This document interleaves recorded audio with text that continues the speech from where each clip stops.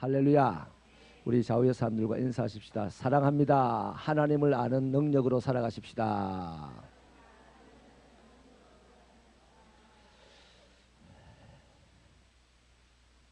우리끼리 모이면 하나님을 아는 척 많이 했어요. 그죠? 근데 이단 앞에 가면 하나님을 안다는 말을 못합니다. 그게 오늘 이 한국 교회 그리스도인들의 실존입니다. 우리 새벽교회는 누구를 만나도 하나님을 안다는 소리를 하지 말고 하나님이 원하는 삶을 살아가게 되기를 축원합니다. 여러분, 이스라엘 백성들을 하나님이 애굽에서 건져내시고 광야에 도착을 했습니다.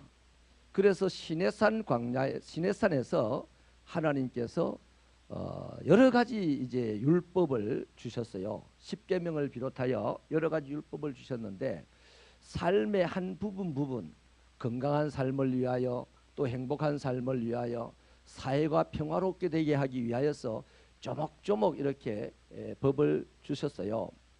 그러면 여러분, 하나님께서 애굽에서 이스라엘 백성들을 건져냈다는 것은 이제 애굽의 바로 왕이 이스라엘 백성들의 생명을 해할 수 있다 없다? 해할 수 없습니다. 그러면 이스라엘 백성들이 느끼기를 이제는 누가 자기 생명의 주관자라고 느끼겠습니까? 하나님이 자기 생명의 주관자라고 느낄 겁니다. 왜? 자기를 죽이려고 했던 바로 왕을 죽여버렸으니까. 그러니까 무서운 바로보다도 1000만 배로 더 무서운 분이 하나님인데 그분의 구원을 받은 것이 좋긴 좋지만 그 사람의 마음속에 어떤 마음이 들겠습니까? 저분 말 안 듣다가는 골로 간다. 그런 생각 들겠어요, 안 들겠어요? 아니, 애굽의 바로가 10번이나 하나님이 말씀을 모세를 통해서 했는데 안 듣다가 다 골로 갔다 이 말이에요. 죽었다 이 말이에요.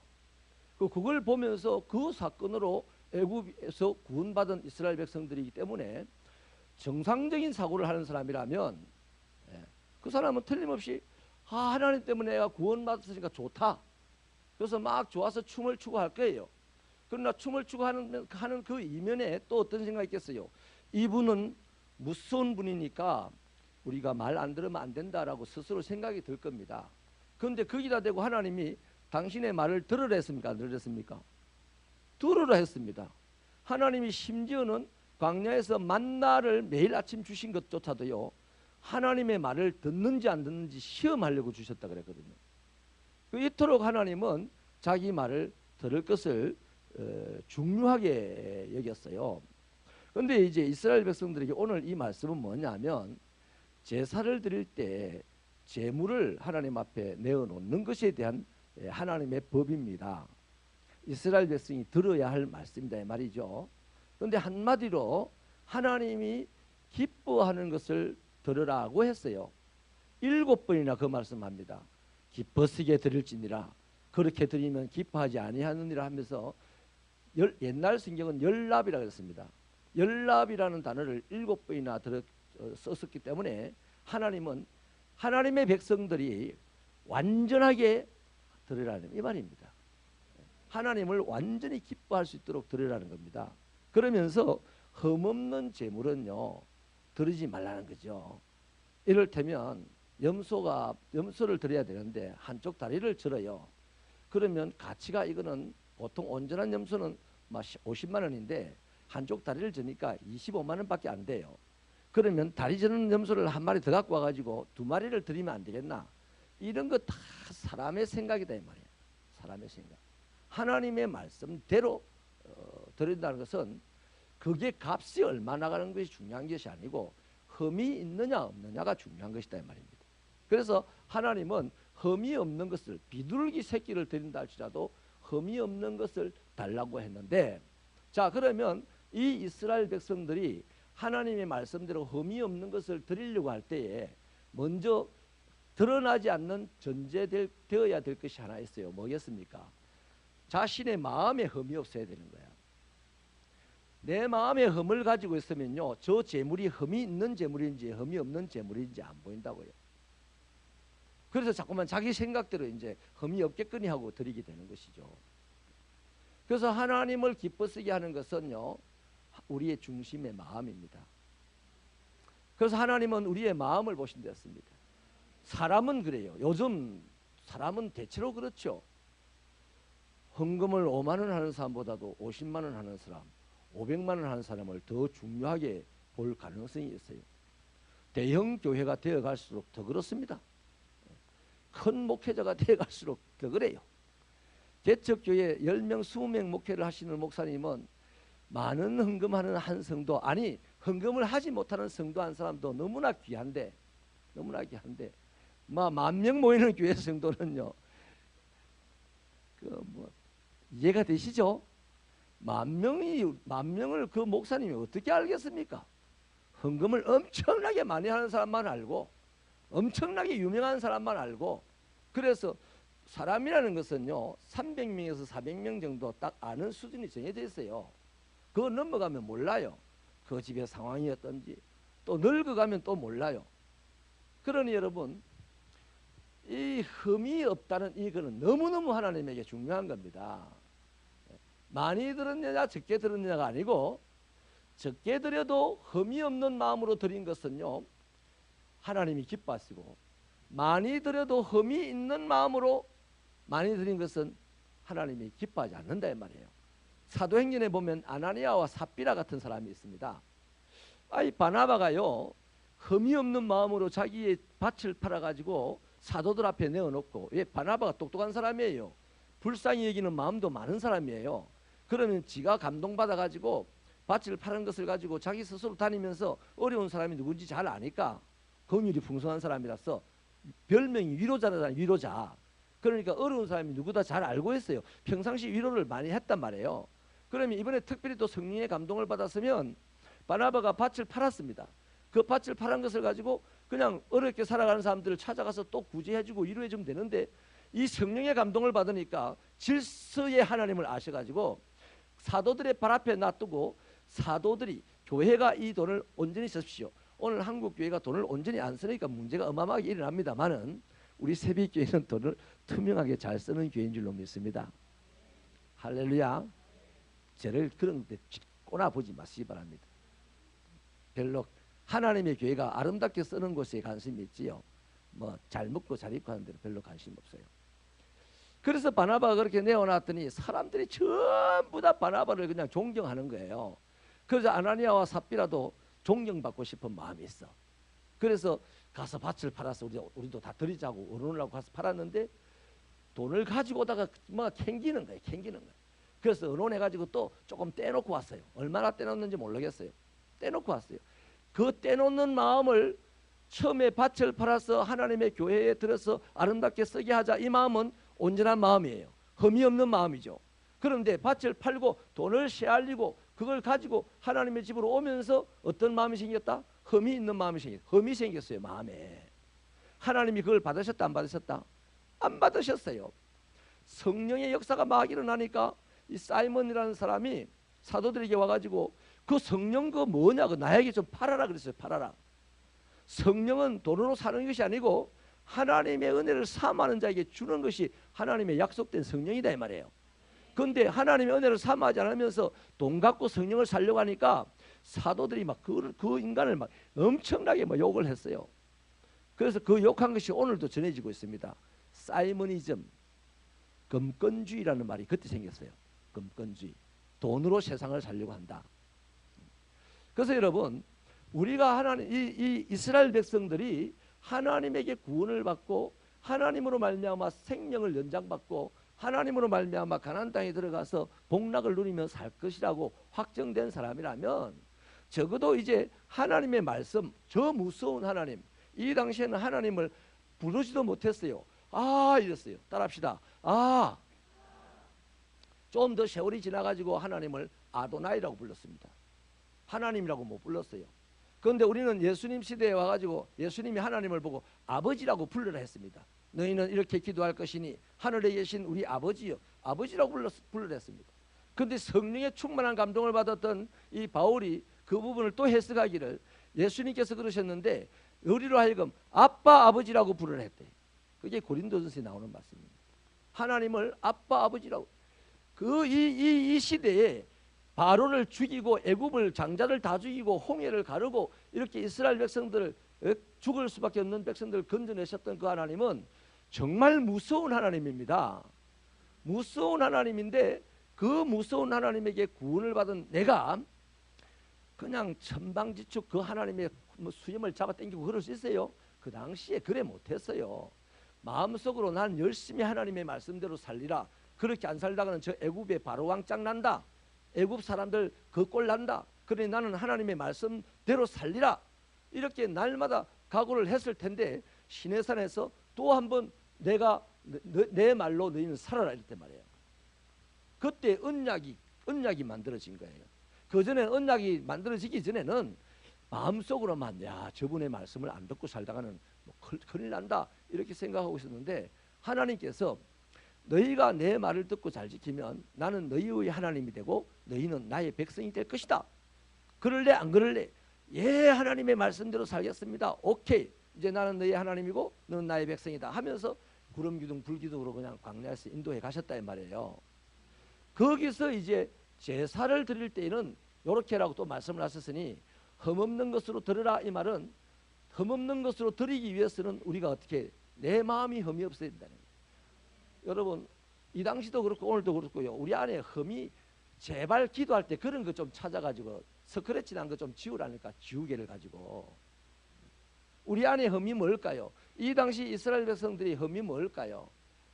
여기 뭐 수양도 나오고 암양도 나오고 뭐 말을 이랬다가 저랬다가 뭐가 이리 복잡하게 헌금을 하러 하노? 할 말이 많을 겁니다. 흠이 있는 사람들은 마음에 흠이 있는 사람들은 할 말이 엄청 많을 거예요. 근데 그런 마음에 흠 없이 이걸 드리라는 얘기입니다. 재물이 무엇이냐가 이게 지금 주님의 관심이 하나님의 관심이 아니고 재물을 드리는 너희들의 마음이 지금 하나님의 관심이다 이 말이에요. 할렐루야. 오늘 우리 시대도 마찬가지예요. 자 그러면 여러분 진짜 우리가 볼 때요.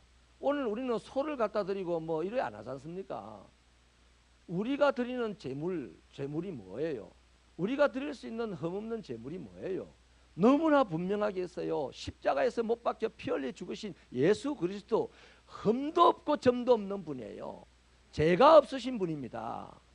그분이 우리를 대신하여서 우리의 재물이 되셔서 하나님 앞에 드려졌다 이 말이에요. 아멘입니까? 그러므로 저와 여러분이 오늘 그 하나님에게 드릴 재물이 뭐냐? 엄밀하게 말하면 예수 그리스도가 우리의 재물입니다. 아이고 됐다 그러면 다음 주부터 이제 11조고 뭐 감사한금이고 뭐 다 치아부라. 나는 예수만 드릴 거야. 이미 예수가 우리 제물로 드려졌으니 나 예수만 믿고 오늘 예배 드릴 거야. 이거 벌써 흠 있는 마음이 된 거예요. 흠 있는 마음이에요. 여러분 흠이 없이 오늘도 우리는 하나님 앞에 예배를 드려야 되는데 이 흠이 없는 마음에는 뭐가 들어온다? 주님이 가득히 자리를 잡고 있는다 이 말이에요. 아멘입니까? 이 주님은 영이시기 때문에 육체로 십자가에 못 박혀서 죽으시기도 하시지만 영으로 살아서 오늘 내 안에도 계시고 하나님 나라에 가서 내 처소도 예배하고 계신다 이 말이에요. 그러니 내가 하나님 앞에 예배 드리러 나올 때 은금 보물을 가지고 예배를 드리러 나오는 것보다도 더 기본적으로 예수 그리스도를 품고 나와서 예배 드려야 된단 말이에요. 그 예수 그리스도를 품고 나와서 예배를 드리려고 하니 내 마음이 내가 예수를 품었느냐 안 품었느냐 뭐로 점검할 수 있습니까? 내 마음이 흠이 없는 것으로 점검할 수 있다는 거예요. 그럼 나는 오늘 흠이 많다. 점검이 될까요 안 될까요? 점검이 되죠. 집에서는 행복하게 즐겁게 예배 드려가자고 나오는데 아이고 야 교회 딱 입구에서 지난주에 내를 딱 끌고붙던 그 집사님이 보여. 막 인상이 샥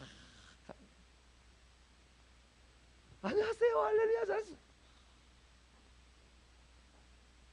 이게 흠이다고 인정하시면 아멘입니다. 여러분 우리 예수님이 호락호락한 분이 아니에요. 우리보다 못났을까 봐요? 안 그렇습니다. 예수님은 분명한 분입니다. 예수님은 정확한 분이에요.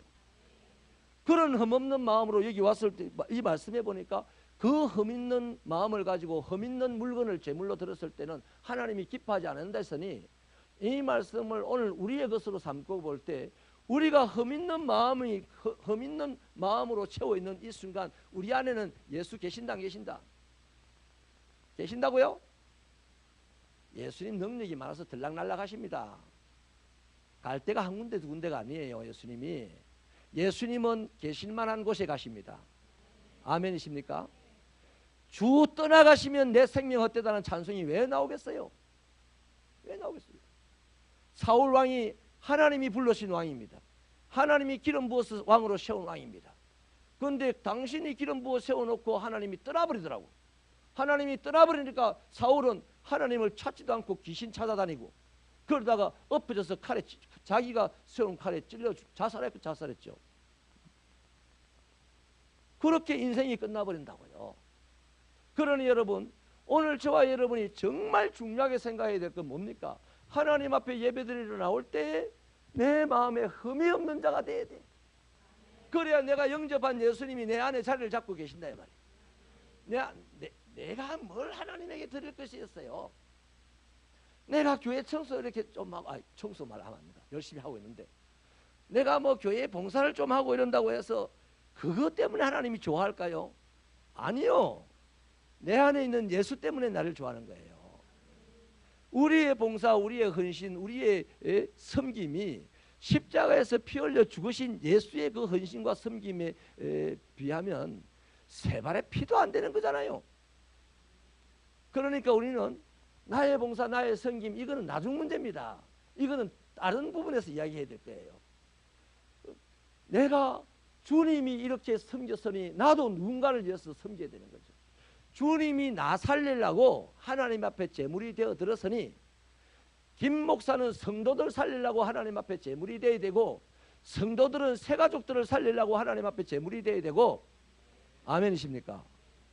그러려면 제물은 흠이 없어야 된다잖아요. 우리 마음에 흠이 없어야 되는 거예요. 우리 마음에 흠이 없을 때에 우리 안에 예수가 온전히 자리를 잡고 우리를 견인해서 하나님에게로 나가는 거예요. 할렐루야. 여러분, 우리는 요즘 제가 묵상을 하는데요, 오늘도 우리 송야곱 선교사님하고 잠깐 점심 먹고 대화를 나누는데 이런 얘기를 나눴습니다. 요즘 너무 많이 한다 이거예요. 전도를 하러 가도 그 사람이, 우리 밥을 애기들은 한 4숟가락만 먹으면 배부르잖아요. 근데 그 애기다가 어른들이 밥을 먹는 한 공기를 갖다 먹여버리면 그 애기가 오바이트 합니다. 오바이트. 그잖아요. 우리는 지금 예수를 너무 많이 알고 있어요. 너무 많이 알고 있는 것을 그 사람에게 막 집어넣으려고 애를 쓰지, 그 사람이 성령의 접촉을 받아가지고 팍 거듭나게 되기를 바라는 마음은요, 그렇게 간절하지 않는 거예요. 전도를 가는 나도 그래. 이게 함정입니다. 함정. 예수 믿을 사람은요, 하나님은 사랑이십니다, 이 한마디로도 예수 믿을 수 있어요. 누가 역사하면? 성령이 역사하면. 근데 성령의 역사가 일어나기를 기대하는 마음 조금 있어. 근데 성령이 역사할 만큼 별로 없는 것 같아, 이 시대. 그래서 전도가 어렵다 하고 전도가 안 된다 그러고 막 그러는 것이죠. 우리가 무식하게 미련하게요, 아무것도 아는 것도 없어도요, 저 사람이 구원받기를 바라는 마음이 있어서 간절함으로 성령의 도우심을 의지하고 가면요, 그 사람이 구원을 받는다니까. 우리가 알려주는 이 지식을 듣고 그 사람이 예수를 믿는 게 아니에요. 아멘입니까? 성령이 콜을 하면 당연히 믿게 돼 있어요. 그런데 우리는 그 콜을 하는 시점을 모르니까 우리가 계속해서 접촉을 하는 것이죠. 말씀을 마치겠습니다. 여기 우리가 읽었던 말씀 중에요, 31절에 보니까요, 너희는 내 계명을 지키며 행하라, 나는 여호와이니라. 그러면서 이어서 내 성호를 속되게 하지 마라. 다시 말하면 내 이름에 먹칠하지 마라는 말입니다. 우리는 이제 하나님의 이름을 알리는 사람이 됐어요. 이제 하나님께서 이스라엘 백성들과요, 시내산에서부터 쫙 나가면서 이제 역사가 진행되면서 그들의 행진과 더불어서 하나님이 시시각각 말씀하는 게 뭐냐면, 이로 말미암아 저들이 내 이름을 알리라. 이로 말미암아 내가 여호와인 줄 알리라. 이로 말미암아 세상이 나를 알리라. 그 하나님은 세상이 당신을 알기를 바라시는 분이에요. 우리를 그렇게 하는 도구로 불러내신 거예요. 우리가 등 따시고 배부르게 그냥 잘 먹고 잘 입고 건강하게 살아라고 우리를 세상 죄악 가운데서 불러낸 게 아니고, 당신의 이름을 알리는 도구로 쓰시려고 불러내셨다 이 말입니다. 그래서 엘리야 같은 선지자는요, 그래서 훌륭한 겁니다. 엘리야가 하나님에게 이렇게 부름받았던 사건은 없어요. 근데 갑자기 나타납니다. 갑자기 아합, 그 시대에 가장 잔인했던 아합 왕, 그 시대를 가장 어둡게 만들고 백성들을 피폐하게 했던 아합 왕의 시절에 엘리야가 툭 튀어나와 가지고 아합 왕에게 딱 싸움을 거는 거예요. 여러분, 엘리야가 하나님에 대해서 많이 알았던 게 아니에요. 진짜 많이 알았으면 이럴 겁니다. 내가 말이 없으면 하늘에서 비가 내리지 않을 거다. 이 말 못합니다. 감히. 하나님을 알면 못하죠. 하나님을 잘 몰라요. 그래서 하나님은 그를 나중에 3년 6개월 동안 훈련을 시키죠. 광야에서. 알게 해주는 거죠. 자, 여러분, 우리는 이제 어차피 하나님에게 구원받은 하나님의 사람입니다. 그러므로 우리는 어떤 말보다도 하나님의 말씀을 이루면서 살아가는 사람입니다. 내가 돈 많이 벌었다고 하나님의 이름 알릴 수 없어요. 내가 대통령 됐다고 하나님의 이름 알릴 수 없어요. 내가 뭐 할 때, 하나님의 말씀 들을 때, 하나님의 말씀을 따라 살 때 하나님의 이름은 이 세상에 드러나게 되는 것입니다. 그때 하나님은 나의 하나님이 되셔서 당신의 영광을 후광으로, 우리 뭐 핫도 보면 비광인가 보면 뒤에 막 훤하지 않습니까? 또 우리 성화 같은 거 예수님 사진 그림 같은 거 보면 뒤에가 훤하지 않습니까? 이건 하나님의 후광의 표현이거든요. 우리가 바로 그런, 우리는 모르지만 사람들이 볼 때 저 사람에게는 하나님이 계신다, 저 사람을 보면 하나님을 느낄 수가 있어, 이런 소리를 듣게 되고 드디어 세상을 좌지우지하고 다스리는 사람이 되어 있는 것이죠. 하나님의 말씀을 이루기 위하여 사는 것이 우리의 삶의 목표가 되어야 됩니다. 왜? 하나님의 사람이 되었으니까. 기도하시겠습니다.